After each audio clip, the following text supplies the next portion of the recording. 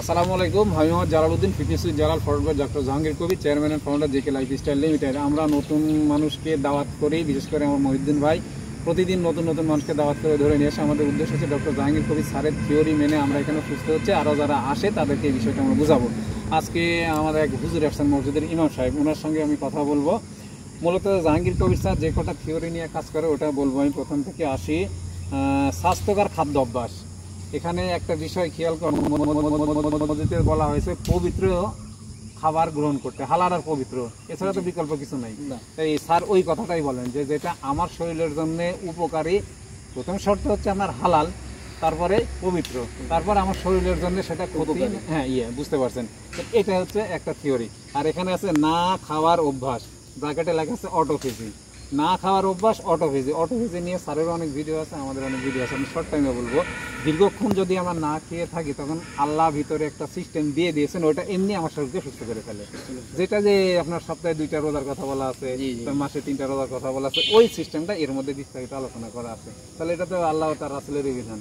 আর এটা যেটা বললাম স্বাস্থ্যকর খাদ্যাভ্যাস, আল্লাহ তো তাই বলছে এইভাবে। আচ্ছা, এবার আসেন ঘুমের অভ্যাস। রাত আল্লাহ দিয়েছে ঘুমের জন্য, আর দিন দিয়েছেন পরিশ্রম করার জন্য।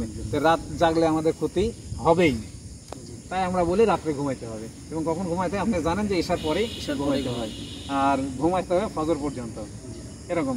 তো আমরা এই বিষয়টা নিয়ে কথা বলি। আর নিয়মিত ব্যায়ামের অভ্যাস। এই ব্যায়ামটা হচ্ছে, যদি আপনি যে মেশিন, আল্লাহ যে সুন্দর মেশিনটা দিয়েছে, এটা যদি আমরা যত্ন না করি, যদি ফেলাই দিতে নষ্ট হয়ে যাবে।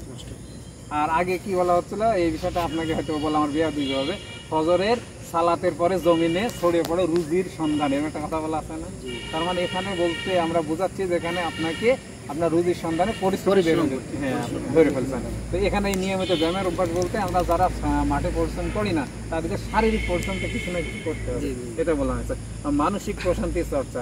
দেখেন দুনিয়াতে আমরা সবাই টেনশন নিয়ে ব্যস্ত থাকি, যে জায়গায় আছে সেই টেনশন নিয়ে। একদম টেনশনটা হচ্ছে শয়তানের কাজ। এখানে কোনো কথা বিতর্ক আছে আমার সাথে আপনার? টেনশন তো পুরোপুরি শয়তানের কাজ।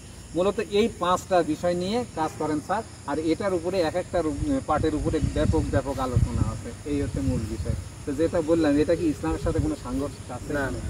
পুরোটাই এই পুরোটা বই স্যারের যে লাইফস্টাইল, এখানে পুরোটা আছে। আপনাকে আমি বইটা দিয়ে দেবো, এটা আপনি পড়বেন আর আসবেন, মাঝে মধ্যে আপনাকে হেল্প করবো, আপনার ওয়েট করানোর কোনো ব্যাপারে। আচ্ছা, আপনি কিছু বলার আছে এই যারা দেখতে তাদের উদ্দেশ্যে? আমি বলবো যে নিজের শরীরকে সুস্থ করার জন্য আমরা সকলেই সচেষ্ট হব। যার যার জায়গা থেকে আশেপাশে যারা আছি তারা এখানে আসার চেষ্টা করব। যদি নাও আসি তাহলে যে কোনোভাবে নিজেদেরকে সুস্থ রাখার জন্য সর্বোচ্চ চেষ্টা করব। কারণ সুস্থ থাকলে আমি ইবাদত করতে পারবো, আমল করতে পারবো। আর যদি অসুস্থ হয়ে যায়, এখন যদি যুদ্ধের ডাক আসে, তাহলে আমি ঈমান থাকা সত্ত্বেও ঘরে বসে থাকতে হবে। এই জন্য আমরা শরীরকে সবসময় যুদ্ধের নিয়তে প্রস্তুত রাখবো ইনশাল্লাহ। আলহামদুলিল্লাহ, ইনশাল্লাহ।